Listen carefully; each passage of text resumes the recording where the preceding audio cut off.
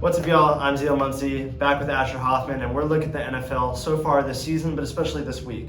Asher, looking at the week and then in the season as a whole, what's your biggest takeaway right now? I think I've got to go with the rookies. I mean, they're kind of like the main impact for these teams, and I'll start off with the game that I said last week would be the biggest game, the big deciding factor, and that was the Commanders versus Ravens, 23-30. Ravens got a nice little win. It was there's a couple things that you could say, you could argue there's a couple calls and, there's a lot of, ref calls against the Commanders, but Jaden Daniels, he put up some good numbers. I think every single rookie quarterback had at least 2 passing touchdowns, so that's something great to look out for. Drake May, he got his first start for the Commanders. Caleb Williams looking great with his 4 passing touchdowns, only 1 in.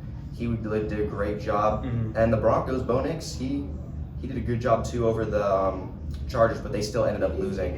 And the main thing I think has been the rushing, because all of them have had at least around 50 rushing yards, which is really good for a select amount of rookie QBs. I would say for me, really just in one statement, how about them Cowboys? Being from Dallas and growing up as a Cowboys fan, it's pretty rough every year to know your expectations should be really low. But I was not expecting to be sitting here saying that we lost 47-9 against the Detroit Lions. You look at the Lions the last couple of years, pretty embarrassing team. And I know they've been strong, obviously NFC Championship game last year.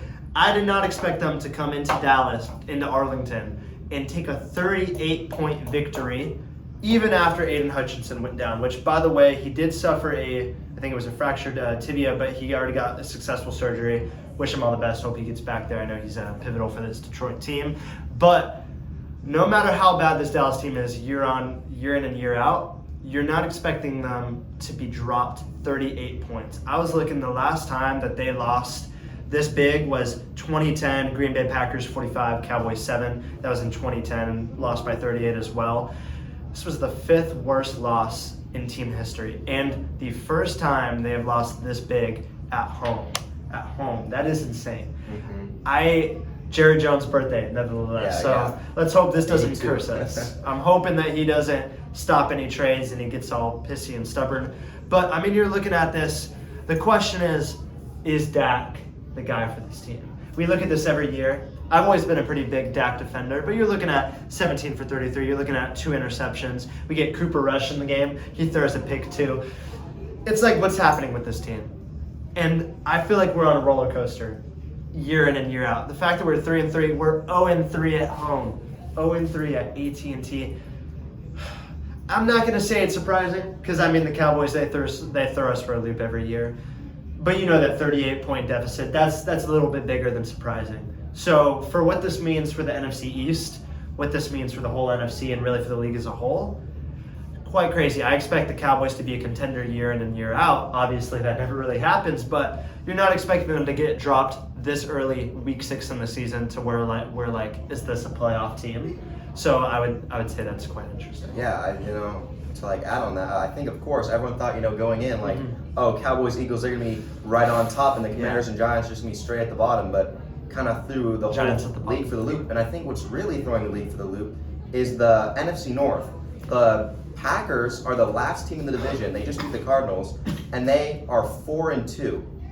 I mean, that's just unbelievable. Vikings are 5-0. I mean, very confusing, and the rest of the league's kind of like how you would expect it to be with the normal teams up at top. But seeing that this NFC North is looking this scary is very interesting and gonna play a big factor in who from that team is going to make the playoffs. Yeah. Dude, the Bears, I mean, they're surprising me. They've been a bottom team the last couple of years. I mean, you can say that for most of those teams. For the Vikings and Lions have had their ups and downs. Obviously, you had the Packers were dominating for quite a long time, and now we have them at the bottom. But they're still 4-2.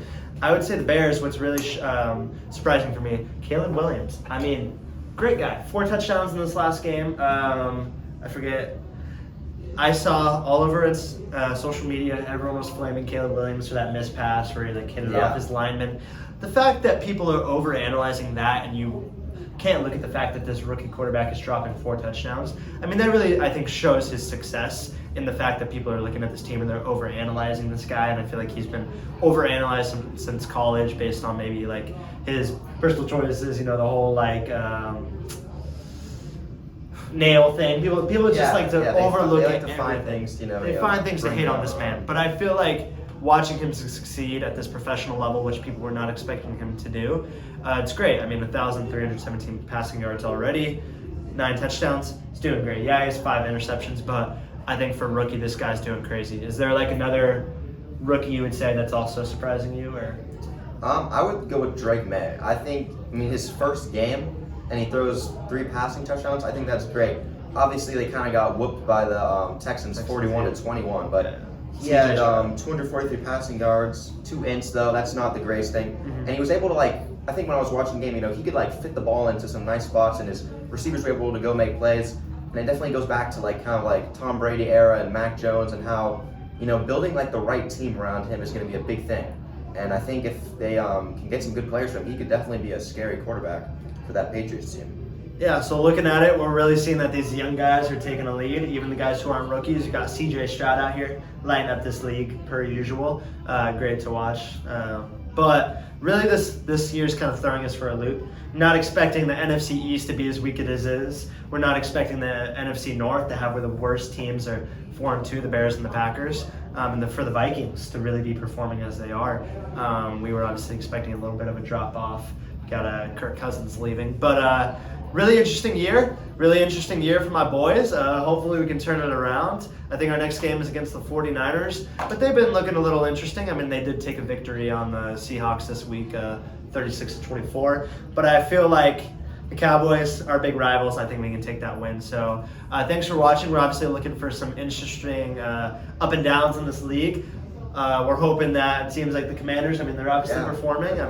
Division rivals, but I hope for y'all. Did take the loss against Baltimore this week. Yeah, that was definitely a difficult loss. Yeah. But hopefully we bounce back. We play the Panthers next week, so I think that's hopefully an easy win for us to bounce back and get back into that locked in zone and hopefully win the rest of our games. Yeah. Tune in for more football stuff. I'm Zealand here with Asher.